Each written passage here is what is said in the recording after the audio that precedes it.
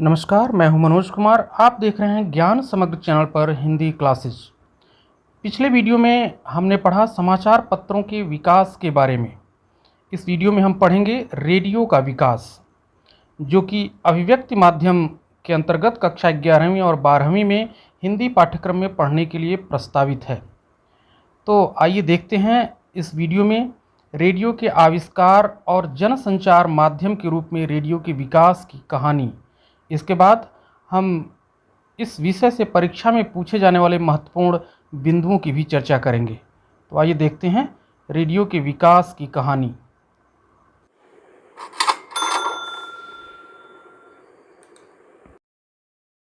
Radio पत्र पत्रिकाओं के बाद जिस संचार माध्यम ने दुनिया को सबसे ज़्यादा प्रभावित किया है वह है रेडियो। रेडियो का आविष्कार वायरलेस टेक्नोलॉजी के विकास में एक मील का पत्थर साबित हुआ। आज रेडियो वेव और रेडियो टेक्नोलॉजी ने सुदूर वायरलेस संचार को जितना सुगम बनाया है उतना ही जटिल किंतु दिलचस्प है उसके आविष्कार की कहानी। सर्वप्रथम सन 1864 ईस्वी में जेम्स क्लार्क मैक्सवेल ने गणितीय सिद्धांतों के आधार पर इलेक्ट्रोमैग्नेटिक तरंगों को फ्री स्पेस में संचरण की संकल्पना रखी। सन 1888 ईस्वी में रुडॉल्फ हर्ट्ज ने इलेक्ट्रोमैग्नेटिक वेव के एयरबॉर्न ट्रांसमिशन को अपने एक प्रयोग में साबित करते हुए मैक्सवेल के सिद्धांत को प्रमाणित किया। इसी आधार पर इस इलेक्ट्रोमैग्नेटिक वेव को हर्ट्ज वेव भी कहा जाने लगा, जिसे बाद में वैज्ञानिकों ने रेडियो वेव का नाम दिया। रुडॉल्फ हर्ट्ज के इस महत्वपूर्ण प्रयोग के बाद ही दुनिया भर के वैज्ञानिकों ने इस इलेक्ट्रोमैग्नेटिक वेव या हर्ट्जन वेव के माध्यम से संचार की संभावना तलाशने का प्रयास आरंभ किया। अगले लगभग 2 दशकों तक दुनिया में इस प्रकार कई प्रयोग किए गए। हर्ट्जन वेव का वायरलेस टेलीग्राफी के साथ आपसी तालमेल और उपयोग के संबंध में भी अनेक प्रयोग किए गए। रेडियो वेव को संचार माध्यम के रूप में उपयोग को लेकर किए गए वैज्ञानिक प्रयोगों में अमेरिकी वैज्ञानिक निकोला टेस्ला, ब्रिटिश वैज्ञानिक विलियम क्रुक, ब्रिटिश वैज्ञानिक ओलिवर लॉज, अलेक्जेंडर पोव और भारतीय वैज्ञानिक जगदीश चंद्र बोस तथा इटालियन इंजीनियर जी मार्कोनी जैसे तमाम वैज्ञानिकों का महत्वपूर्ण योगदान रहा है। भारतीय बंगाली वैज्ञानिक जगदीश चंद्र बोस ने सन 1894 ईस्वी में कलकत्ता के टाउन हॉल में एक प्रयोग प्रदर्शित किया, जिसमें एक खास वेवलेंथ के माइक्रोवेव के जरिए सुदूर स्थित गन पाउडर को इग्नाइट करने तथा घंटी बजाने में सफलता प्राप्त की। बोस ने बंगाली भाषा में लिखे अपने निबंध अदृश्य आलोक में एक ऐसे अदृश्य प्रकाश की चर्चा की जो ईंट पत्थर की दीवारों या मकानों को बिना बाधा के आर पार कर सकती थी। उन्होंने दावा किया कि इस माध्यम से संदेश को भी बिना किसी तार की मदद से निर्बाध रूप से कहीं भी ट्रांसमिट किया जा सकता है। सन 1894 से सन 1896 के बीच बोस के कई research paper royal society of London और लंदन जर्नल द इलेक्ट्रीशियन में प्रकाशित हुए। सन 1894 ईस्वी में ही इटली के युवा इंजीनियर जी मार्कोनी ने वायरलेस ट्रांसमिशन सिस्टम बनाने के विचार से हर्ट्जन वेव या रेडियो वेव पर अब तक किए गए सभी अध्ययनों और प्रयोगों को ठीक से समझा और उन सिद्धांतों का उपयोग करते हुए एक पोर्टेबल रेडियो ट्रांसमीटर एवं रिसीवर सिस्टम बनाया और इस प्रकार रेडियो तरंगों पर आधारित लेबोरेटरी एक्सपेरिमेंट को एक उपयोगी कम्युनिकेशन डिवाइस में बदल दिया। आरंभ में इस उपकरण द्वारा केवल आधा मील तक ही रेडियो ट्रांसमिशन संभव था। कालांतर में मार्कोनी ने लगातार इसमें सुधार किए और इसके रेंज का विस्तार किया। इस तरह मार्कोनी द्वारा विकसित उपकरण पहला सफल व्यावसायिक वायरलेस रेडियो ट्रांसमिशन डिवाइस साबित हुआ। सन 1896 में मार्कोनी ने रेडियो सिग्नल ट्रांसमिशन के लिए पहला ब्रिटिश पेटेंट हासिल किया। सन 1898 में उन्होंने इंग्लैंड में अपनी पहली वायरलेस फैक्ट्री खोली तथा सन 1909 में भौतिक विज्ञान में अपने महत्वपूर्ण योगदान के लिए नोबेल पुरस्कार प्राप्त किया। आरंभ में मार्कोनी के रेडियो ट्रांसमिशन उपकरण द्वारा मानवीय आवाज़ों के ट्रांसमिशन को नहीं किया जा सकता था, बल्कि केवल रेडियो संकेतों को ट्रांसमिट किया जाता था तथा रिसीवर के साथ टेलीग्राफ या टेलीप्रिंटिंग मशीन को जोड़ करके पेपर पर इसे अंकित किया जाता था। मानवीय आवाज़ को वायरलेस ट्रांसमिशन के जरिए एक जगह से दूसरे जगह पहुंचाने का पहला प्रयोग ब्राज़ील के एक पुजारी फादर रॉबर्टो लैंडेला डी मौरा ने सन 1900 में किया। यह प्रयोग उन्होंने 3 जून सन 1900 को तमाम पत्रकारों और जनरल काउंसिल ऑफ लंदन के सदस्यों के सामने प्रस्तुत किया। पहला रेडियो प्रोग्राम ब्रॉडकास्ट सन 1906 में मैसाचुसेट्स के निकट समुद्र के किनारे आयोजित किया गया, जिसमें होली नाइट की वायलिन धुन बजाई गई और बाइबल का पाठ सुनाया गया, जिसे समुद्र में स्थित एक जहाज पर लोगों ने सुना। इस ट्रांसमिशन को ही एम्पलीट्यूड मॉड्यूलेशन या एएम रेडियो कहा गया। रेडियो पर पहली बार न्यूज़ प्रोग्राम का ब्रॉडकास्ट मिशिगन में 31 अगस्त सन 1920 को किया गया। रेडियो का शुरुआती उपयोग युद्ध के दौरान सैनिकों द्वारा आपसी संचार तथा समुद्रों में जहाज़ों के बीच आपसी संचार के लिए किया गया, लेकिन बाद में यह जनसंचार माध्यम के रूप में सूचना, शिक्षा और मनोरंजन का एक लोकप्रिय जरिया साबित हुआ। जिस समय भारत में बंगाली वैज्ञानिक जगदीश चंद्र बोस और इंग्लैंड में इटली के युवा वैज्ञानिक जी मार्कोनी अपने रेडियो संबंधी प्रयोगों पर कार्य कर रहे थे, उस समय भारत पर अंग्रेज़ों का शासन था।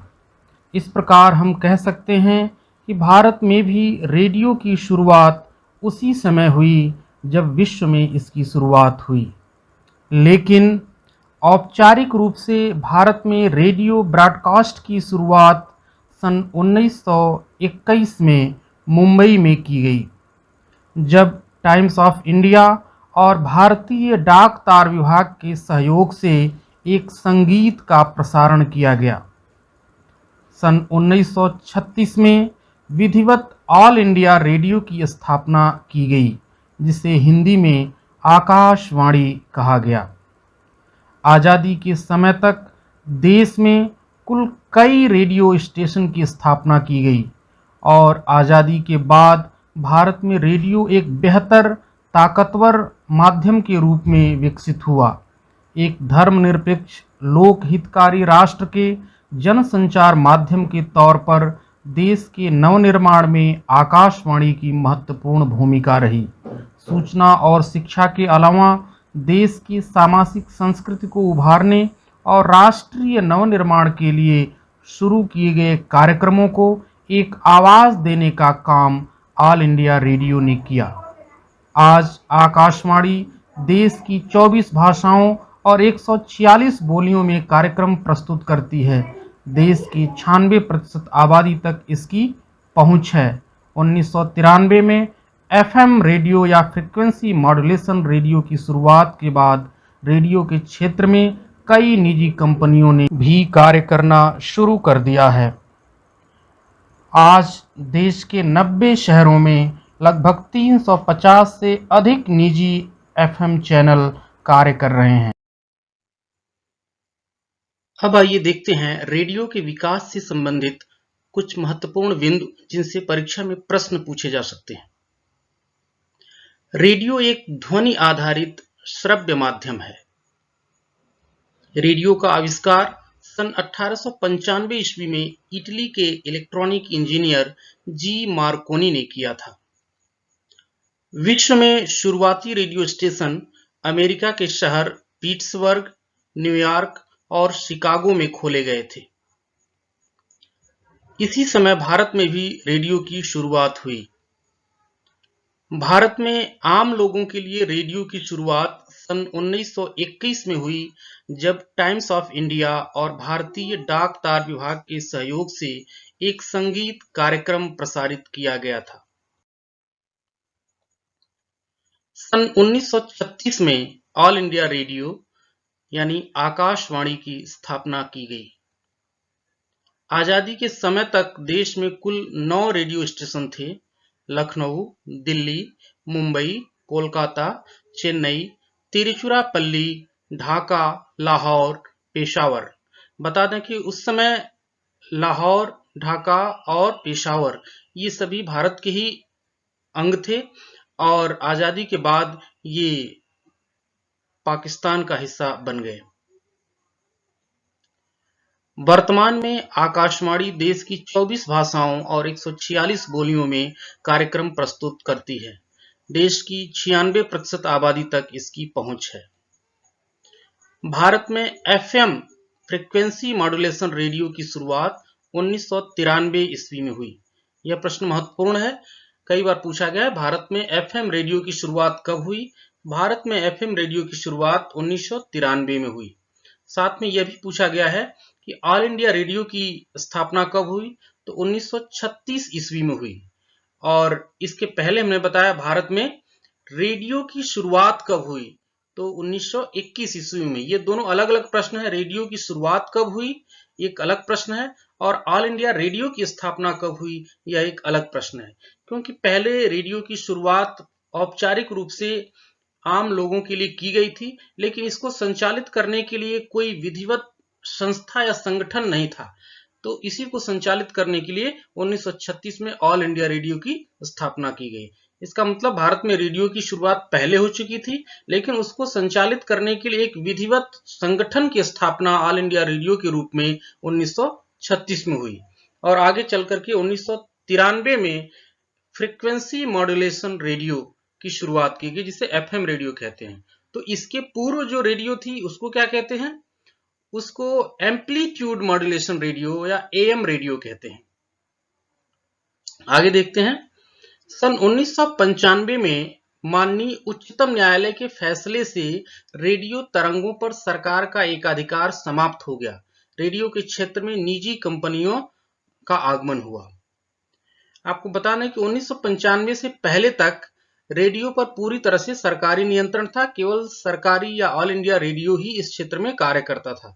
लेकिन 1995 में एक फैसले में उच्चतम न्यायालय ने कहा कि रेडियो तरंगों पर सरकार का एकाधिकार ही नहीं रहना चाहिए, बल्कि इसमें निजी क्षेत्र को भी जगह देनी चाहिए। और तब से प्राइवेट रेडियो चैनलों की भी स्थापना हुई। सन 1997 में आकाशवाणी और दूरदर्शन को केंद्र सरकार के सीधे नियंत्रण से हटाकर प्रसार भारती नामक एक स्वायत्तशासी निकाय को सौंपा गया।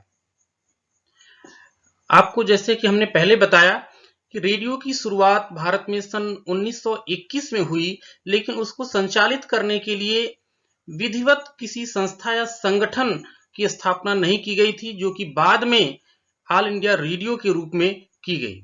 इसी तरह से टेलीविजन के विकास में हम बताएंगे कि टेलीविजन की शुरुआत भी जब की गई तो उसको संचालित करने के लिए कोई अलग से संस्था या संगठन नहीं था, बल्कि ऑल इंडिया रेडियो ही टेलीविजन के कार्यों का भी देख रेख करता था।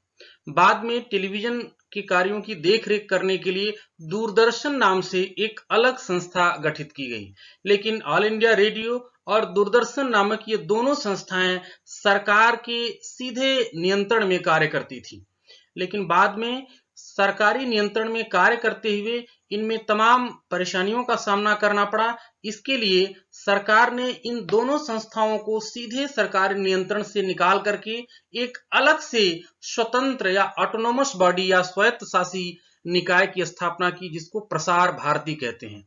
तो इस तरह से वर्तमान में प्रसार भारती नामक एक ऑटोनोमस बॉडी या स्वायत्त शासी निकाय ऑल इंडिया रेडियो और दूरदर्शन इन दोनों संस्थाओं पर नियंत्रण और देखरेख रखता है।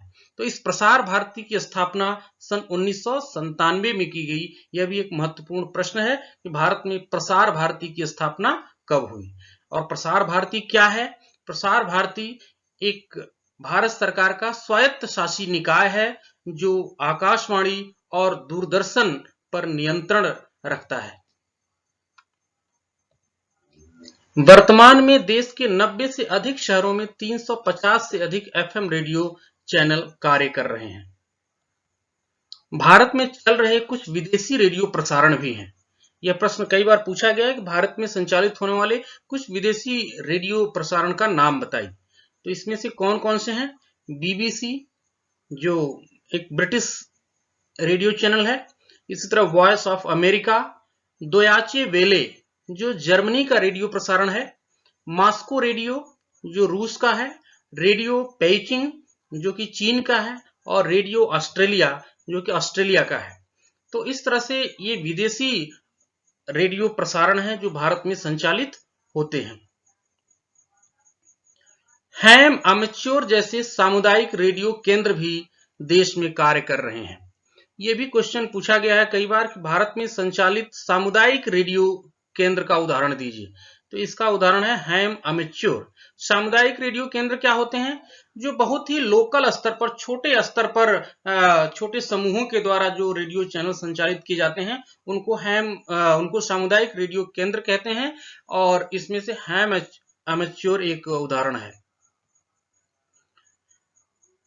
अब आइए देखते हैं रेडियो का भारत में क्या महत्व रहा या भारत में रेडियो की क्या भूमिका रही एक जनसंचार माध्यम के रूप में। यह प्रश्न कई बार पूछा गया है। रेडियो का महत्व बताइए या भारत में एक धर्मनिरपेक्ष राष्ट्र के रूप में रेडियो ने क्या योगदान दिया, इसको लिखिए। तो इसका सही उत्तर है लोकतांत्रिक धर्मनिरपेक्ष राष्ट्र के जनसंचार माध्यम के रूप में सूचना और शिक्षा के अलावा देश की सामाजिक संस्कृति को उभारने व राष्ट्र के नवनिर्माण में रेडियो की महत्वपूर्ण भूमिका रही है। यानी रेडियो की भूमिका क्या रही है? एक जनसंचार माध्यम के रूप में भारत में लोगों को सूचना पहुंचाना, लोगों को शिक्षित करना तथा भारत की जो एक मिली जुली सामाजिक संस्कृति है उस संस्कृति को उभारना, उसका प्रतिनिधित्व करना और राष्ट्र के नवनिर्माण में अपना महत्वपूर्ण योगदान देना, ये रेडियो की महत्वपूर्ण भूमिका रही है जिसको रेडियो ने, खासकर सरकारी रेडियो ने बाखूबी निभाया है। अगले वीडियो में हम देखेंगे टेलीविजन के विकास और उसके इतिहास के बारे में।